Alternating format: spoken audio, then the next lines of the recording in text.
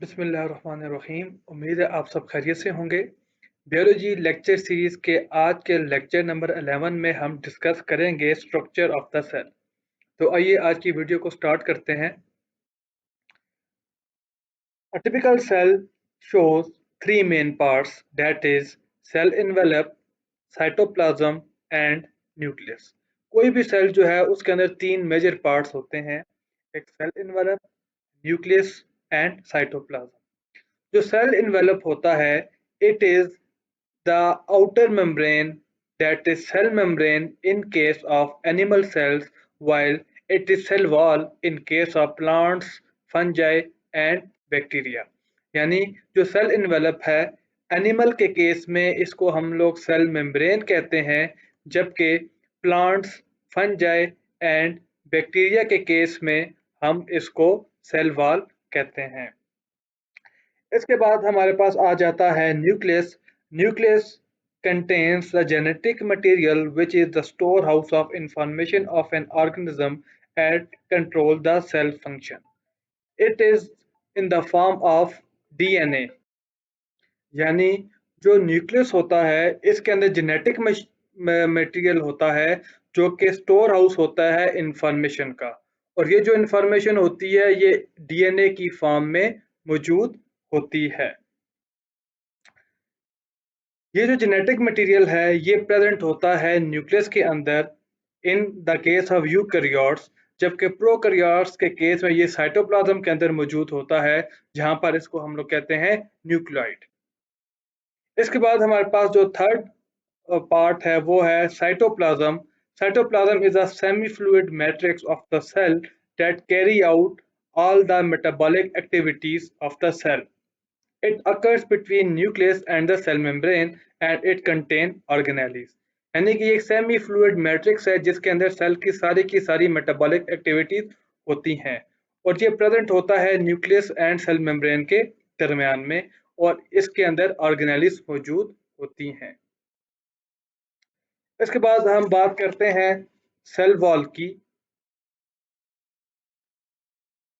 Cell wall, तो जो cell wall है ये एनिमल्स के अंदर मौजूद नहीं होती, बल्कि ये मौजूद होती है बैक्टीरिया, प्लांट, फंजाई और कुछ प्रोटिस्टा के अंदर ये मौजूद होती है, जबकि एनिमल के अंदर ये फीचर नहीं होता। और इसकी जो लोकेशन होती है वो होती है आउटसाइड द प्लाज्मा मेम्ब्रेन। ये प्रोवाइड करते हैं, शेप प्रोवाइड करती है सेल को, उसको स्ट्रेंथ प्रोवाइड करती है, प्रोटेक्शन एंड सपोर्ट प्रोवाइड करती है। जबकि इसकी थिकनेस की बात की जाए तो इसकी जो थिकनेस है वो वेरी करती है फ्रॉम सेल टू सेल।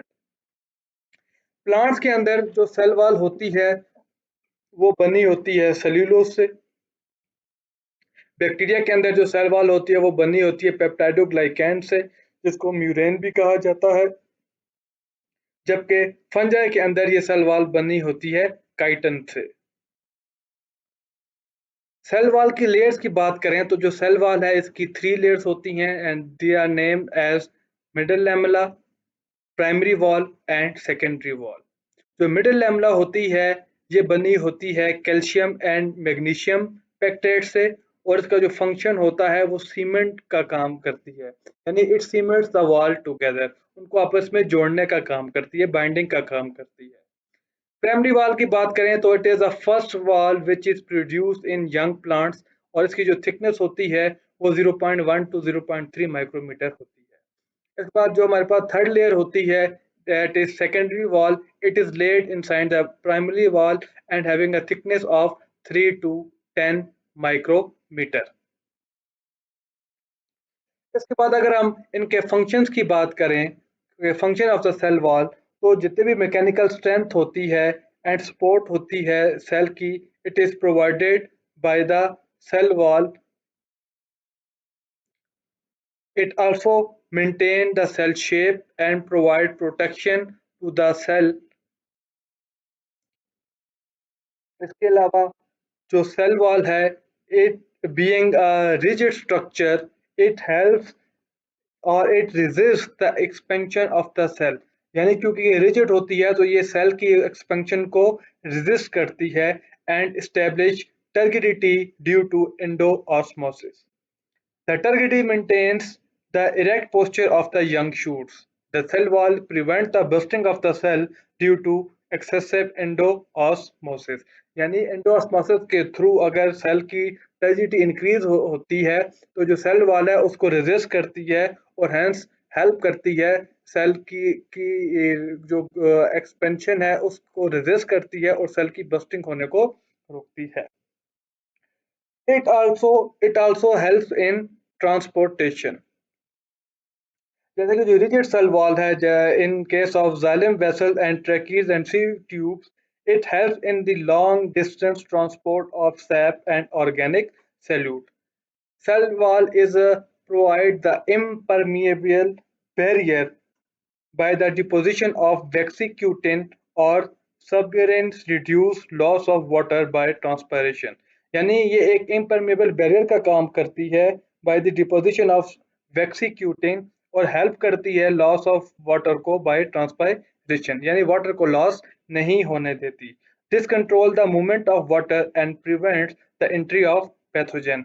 इस तरह ये वाटर की मूवमेंट को भी कंट्रोल करती है और पैथोजेंस की एंट्री को भी प्रिवेंट करती है. तो that's all from today lecture. Hope आपको आज का लेक्चर पसंद आया होगा. अगर आपके पास इससे रिलेटेड कोई सजेशन है तो आप कमेंट बॉक्स में दे सकते हैं.